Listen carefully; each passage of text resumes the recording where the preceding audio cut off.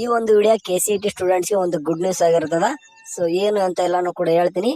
So ನೋಡ್ರಿ, ನೀವು ಸಾಧ್ಯ ಆದಷ್ಟು ಒಂದು ನ್ಯೂಸ್ ಪೇಪರ್ ಓದಕ್ಕೆ ಟ್ರೈ ಮಾಡ್ರಿ ಅಂತ ಹೇಳ್ತೀನಿ.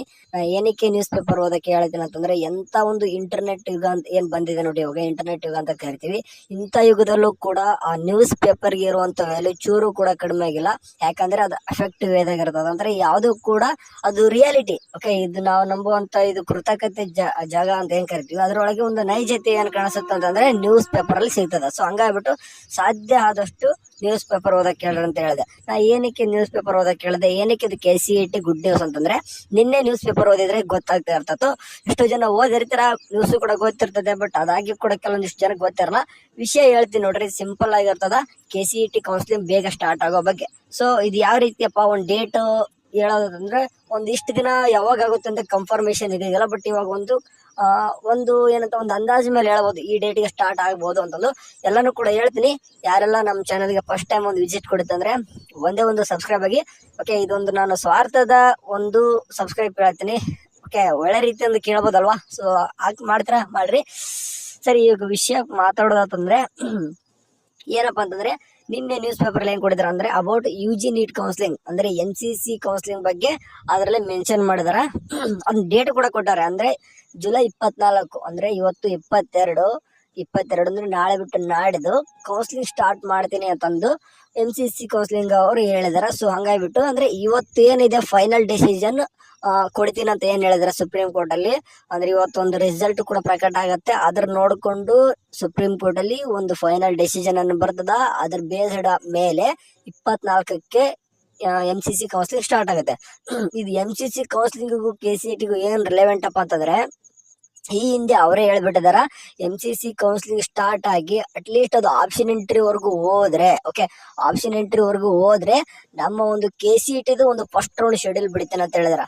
ಮೀನ್ಸ್ ಅಂದ್ರೆ MCC ಕೌನ್ಸಿಲಿಂಗ್ ಬೇರೆ, ಅಲ್ಲಿ ಆಪ್ಷನ್ ಎಂಟ್ರಿ ಡಿಫ್ರೆಂಟ್ ಆಗೈತೆ, ನಮ್ KCET ಆಪ್ಷನ್ ಎಂಟ್ರಿ ಬೇರೆ. ಅಂತಂದ್ರೆ ಅಲ್ಲಿ ಆಪ್ಷನ್ ಎಂಟ್ರಿಗೆ ಪದೇ ಕಾಲೇಜಸ್ ಆಡ್ ಮಾಡಬಹುದು ಪ್ರತಿಯೊಂದು ರೌಂಡ್ಗೂ. ಬಟ್ ಇಲ್ಲಿ KCET ಏನಾಗುತ್ತೆ, ಫಸ್ಟ್ ರೌಂಡ್ಗೆ ಏನ್ ನೀವು ಕಾಲೇಜಸ್ ಆಡ್ ಮಾಡಿದ್ರು ಅದೇ ಫೈನಲ್ ಆಗಿರ್ತದ. ಸೆಕೆಂಡ್ ರೌಂಡ್ಗೆ ಅಂತೂ ಆಡ್ ಮಾಡಕ್ ಬರಲ್ಲ, ಡಿಲೀಟ್ ಮಾಡ್ಕೋಬಹುದು. ಸೊ ಅಂದ್ರೆ MCC ಕೌನ್ಸಿಲಿಂಗ್ ಅಟ್ಲೀಸ್ಟ್ ಅದೇನಾದ್ರು ಅಂದ್ರೆ ಆಪ್ಷನ್ ಎಂಟ್ರಿ ವರ್ಗು ಹೋದ್ರ ಪ್ರೊಸೆಸ್, ನಮ್ಮ KCET ಒಂದು ಫಸ್ಟ್ ರೌಂಡ್ ಶೆಡ್ಯೂಲ್ ಅನ್ನೋದು ಬರುತ್ತೆ. ಓಕೆ, ಫಸ್ಟ್ ರೌಂಡ್ ಶೆಡ್ಯೂಲ್ ಬಂದ್ಬಿಟ್ರೆ ಇಮಿಡಿಯೇಟ್ ಕೂಡ ನಮ್ದು ಕೂಡ ಎಲ್ಲಾನು ಕೂಡ ಅಂದ್ರೆ ಶೆಡ್ಯೂಲ್ ಅಲ್ಲಿ ಎಲ್ಲ ಡೇಟ್ ಮೆನ್ಷನ್ ಮಾಡ್ಬಿಟ್ಟಿರ್ತಾರೆ, ಯಾವ ಡೇಟ್ ಏನೇನೆಲ್ಲ ಹೋಗ್ಬೇಕನ್ನೋದು. ಸೊ ಹಂಗಾಗ್ಬಿಟ್ಟು ಮೊದಲು ಇವಾಗ UG ನೀಟ್ ರಿಜಿಸ್ಟ್ರೇಷನ್ ಸ್ಟಾರ್ಟ್ ಆಗುತ್ತೆ. ಸೊ ಹಂಗಾಗ್ಬಿಟ್ಟು UG ನೀಟ್ ರಿಜಿಸ್ಟ್ರೇಷನ್ ನಮ್ಮ ಕರ್ನಾಟಕದಲ್ಲಿರೋ ಸ್ಟೂಡೆಂಟ್ಸ್ KE ರಿಜಿಸ್ಟ್ರೇಷನ್ ಬಿಡ್ತಾರ. ರಿಜಿಸ್ಟ್ರೇಷನ್ ಮಾಡ್ಕೊಂಡು ಅವರು ಕೂಡ ಒಂದು ಇವಾಗ ನೋಡಿ KCET ಸ್ಟೂಡೆಂಟ್ ಎಷ್ಟೊಂದು ಜನ ಇವಾಗ ಡಾಕ್ಯುಮೆಂಟ್ ವೆರಿಫಿಕೇಶನ್ ಸ್ಲಿಪ್ ನ ಡೌನ್ ಮಾಡ್ಕೊಂಡ್ರು, ಅದೇ ರೀತಿ ಕೂಡ ನಮ್ಮ KE ಏನ್ ಮಾಡ್ತಾರ, ಅವ್ರಿಗೂ ಕೂಡ ಒಂದು ವೆರಿಫಿಕೇಶನ್ ಸ್ಲಿಪ್ ನ ಬಿಡ್ತಾರ, ಅವರು ಕೂಡ ಡೌನ್ಲೋಡ್ ಮಾಡ್ಕೊಂತಾರ. ಸೇಮ್ ನಮ್ಮಲ್ಲಿ KCET ಮತ್ತು ನೀಟ್ ಎರಡು ಕೂಡ ಕಂಬೈಂಡ್ ಆಗಿಬಿಟ್ಟು ಕೌನ್ಸಿಲಿಂಗ್ ಸ್ಟಾರ್ಟ್ ಆಗುತ್ತೆ. ಸೊ ಇದು ಮೇ ಬಿ ನನಗೆ ಅನ್ಸೋ ಮಟ್ಟಿಗೆ 24ಗೆ MCC ಅಂದ್ರೆ ಅದು ಕೌನ್ಸಿಲಿಂಗ್ ಸ್ಟಾರ್ಟ್ ಆದ್ರೆ ಈ ಮಂತ್ ಎಂಡಿಂಗ್ಗೆ ನಿಮ್ಮ ಒಂದು ಆಪ್ಷನ್ ಎಂಟ್ರಿ ಬರಬಹುದು.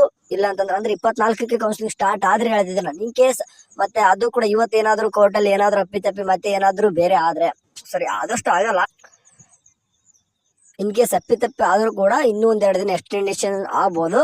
ಅದಾಗಿ ಕೂಡ ಈ ಮಂತ್ ಎಂಡಿಂಗ್ ಆಗಲಿಲ್ಲ ಅಂದ್ರೂ ಕೂಡ ನೆಕ್ಸ್ಟ್ ಮಂತ್ ಫಸ್ಟ್ ವೀಕ್ ಅಲ್ಲೂ ನಿಮ್ಮ ಆಪ್ಷನ್ ಎಂಟ್ರಿ ಅಂತೂ ಸ್ಟಾರ್ಟ್ ಆಗಿರ್ತದ. ಹೇಳಕ್ಕಾಗಲ್ಲ ರೀ, ಈ ಮಂತೆ ಒಂದು 27-28 ಅನ್ನೋಷ್ಟಿಗೆ ನಿಮ್ಮ ಆಪ್ಷನ್ ಎಂಟ್ರಿ ಬಂದ್ರು ಬರ್ತದ. ಸದ್ಯಕ್ಕಂತೂ ನೆನ್ಪಿಟ್ಕೋಬೇಕು, MCC ಕೌನ್ಸಿಲಿಂಗ್ ಸ್ಟಾರ್ಟ್ ಆಗುತ್ತೆ, ಬೇಗನೆ ಸ್ಟಾರ್ಟ್ ಆಗುತ್ತೆ. ಯಾಕಂದ್ರೆ ಇದು ಈಗಾಗಲೇ ಬಹಳಷ್ಟು ಟೈಮ್ ತಗೊಂಡ್ಬಿಟ್ಟವ್ರೆ. ಇಷ್ಟೊತ್ತಿಗಾಗಲೇ ಹೋದ ವರ್ಷ ಸ್ಟಾರ್ಟ್ ಆಗಿ ಒಂದು ನಾಳೆ ಫಸ್ಟ್ ರೌಂಡ್ ಅಟ್ಲೀಸ್ಟ್ ಅಂದ್ರೆ ಮಾಕ್ ಅಲಾಟ್ಮೆಂಟ್ ಆದ್ರೂ ಅಲಾಟ್ಮೆಂಟ್ ಆಗಿತ್ತು ಇಷ್ಟೊತ್ತಿಗೆ. ಇವಾಗ ಸ್ವಲ್ಪ ಲೇಟ್ ಆಯ್ತು ಅನ್ಕೋಬಹುದು, ಅಷ್ಟೇ ಲೇಟ್ ಆಗಿಲ್ಲ. ಇನ್ಮೇಲೆ ಬೇಗನೆ ಸ್ಟಾರ್ಟ್ ಮಾಡಿದ್ರೆ ಪ್ರೊಸೆಸ್. ಒಂದು ಗುಡ್ ನ್ಯೂಸ್ ನಮ್ಮ KCET ಸ್ಟೂಡೆಂಟ್ಸ್ಗೆ, ಡಾಕ್ಯುಮೆಂಟ್ ವೆರಿಫೈ ಸ್ಲಿಪ್ ನೊಂದೇ ಬಿಟ್ಟಿದೆ ಗುಡ್ ನ್ಯೂಸ್ ಬಿಟ್ರೆ, ಇನ್ನು ಕೂಡ ನಮ್ಮ KE ಕಡೆಯಿಂದ ಒಂದು ಫೀ ಸ್ಟ್ರಕ್ಚರ್ ಆಗಿರ್ಬೋದು, ಒಂದು ಸೀಟ್ ಮ್ಯಾಟ್ರಿಕ್ಸ್ ಇನ್ನೂ ಏನೋ ಕೂಡ ಬಿಟ್ಟಿಲ್ಲ. ಓಕೆ, ಶೆಡ್ಯೂಲ್ ಅನ್ನೋದೇನೋ ಬಿಟ್ಟಿಲ್ಲ. ಅಂಡ್ ಇನ್ನೊಂದು ಇಂಜಿನಿಯರಿಂಗ್ ಮತ್ತು BSc ನರ್ಸಿಂಗ್ ಸ್ಟೂಡೆಂಟ್ಸ್ಗೆ ನಿಮಗೆ ಒಂದು ಫೀಸ್ ಸ್ಟ್ರಕ್ಚರ್ ಬಗ್ಗೆ ಹೇಳೋದಾತಂದ್ರೆ ಒಂದು ರಿಯಾಲಿಟಿ ಆಗಿ ಮಾತಾಡ್ತೀನಿ ನಾನು, ಬೇಕಾದ್ರೆ ಕಾಮೆಂಟ್ ಆಗ್ರಿ. ಏನಕ್ಕೆ ನಾನು ಹೇಳ್ತೀನಿ ಅಂತಂದ್ರೆ, ನಿಮ್ಮ ಒಂದು ಫೀಸ್ ಸ್ಟ್ರಕ್ಚರ್ ಇವಾಗ ನಾಳೆ KE ಥ್ರೂ ಬಿಡ್ತಾರಲ್ವಾ, ಆ ಒಂದು ಫೀಸ್ ಮತ್ತೆ ನಾಳೆ ನೀವು ಅಡ್ಮಿಷನ್ ಮಾಡಕ್ ಹೋದಾಗ ಕೇಳುವಂತ ಫೀಸ್ ಎರಡು ಕೂಡ ಡಿಫ್ರೆಂಟ್ ಆಗಿರ್ತದ. ಅಂತ ರಿಯಾಲಿಟಿನೇ ಬೇರೆ ಇರ್ತದ. ಮೀನ್ಸ್ ಇಲ್ಲಿ ಫೀಸೇ ಒಂದು ಕೊಟ್ಟಿರ್ತಾರ ಒಂದು ಸ್ಲಿಪ್ ಅಲ್ಲಿ. ಓಕೆ, ಅಂದ್ರೆ ಒಂದು ಶೆಡ್ಯೂಲ್ ಅಲ್ಲಿ ಅಥವಾ ಫೀಸ್ ಸ್ಟ್ರಕ್ಚರ್ ಬಗ್ಗೆ ಒಂದು ಏನ್ ಬಿಟ್ಟಿರ್ತಾರ, ಒಂದು PDF ಬಿಟ್ಟಿರ್ತಾರ. ಬಟ್ ಈಗಿರುವಂತ ಫೀಸ್ ಸ್ಟ್ರಕ್ಚರ್ ಮುಂದೆ ನೀವು ಹೋಗ್ತಿರಲ್ಲ, ಅಲ್ಲಿ ಕಾಲೇಜಲ್ಲಿ ಕೇಳುವಂತ ಫೀಸ್ ಸ್ಟ್ರಕ್ಚರ್ ಅಂದ್ರೆ ರಿಯಾಲಿಟಿನೇ ಬೇರೆ ಇರ್ತದ.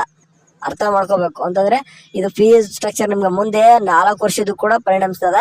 ಸೊ ಹಂಗಾಗ್ಬಿಟ್ಟು ನೆನ್ಪಿಟ್ಕೋಬೇಕು. ನೀವು ಕರೆಕ್ಟಾಗಿ ನೋಡ್ಕೊಂಡೆ ಫೀಸ್ ಕೂಡ ನೋಡ್ಕೋಬೇಕು. ಓಕೆ, ಅಟ್ ಎ ಟೈಮ್ ನೀವು ಕಾಲೇಜ್ ನೋಡ್ಕೊಂತೀರ, ಕೋರ್ಸ್ ನೋಡ್ಕೊಂತೀರ, ಅದೇ ಇನ್ನೊಂದು ಮುಖ ಏನಂತ ಕರಿತೀವಿ ಫೀಸ್ ಕೂಡ ನೋಡ್ಕೋಬೇಕು. ಅದನ್ನೆಲ್ಲಾನು ಕೂಡ ಹೋಗಿ ಮಾತಾಡ್ಬೇಕಂತಂದ್ರೆ ನೀವು ನಮ್ಗೆ ಜಾಸ್ತಿ ಕಮೆಂಟ್ಸ್ ಇತ್ತಂದ್ರೆ ಖಂಡಿತ ನಾನು ನೆಕ್ಸ್ಟ್ ವಿಡಿಯೋದಲ್ಲಿ ಒಂದು ಫೀಸ್ ಸ್ಟ್ರಕ್ಚರ್ ಬಗ್ಗೆ ಕೂಡ ಮಾಡ್ತೀನಿ.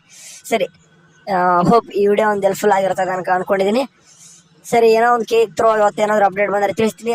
ಅಲ್ಲಿವರೆಗೂ ಚಾನಲ್ ನೋಡ್ತಾರೆ. ಟೇಕ್ ಕೇರ್, ಬಾಯ್.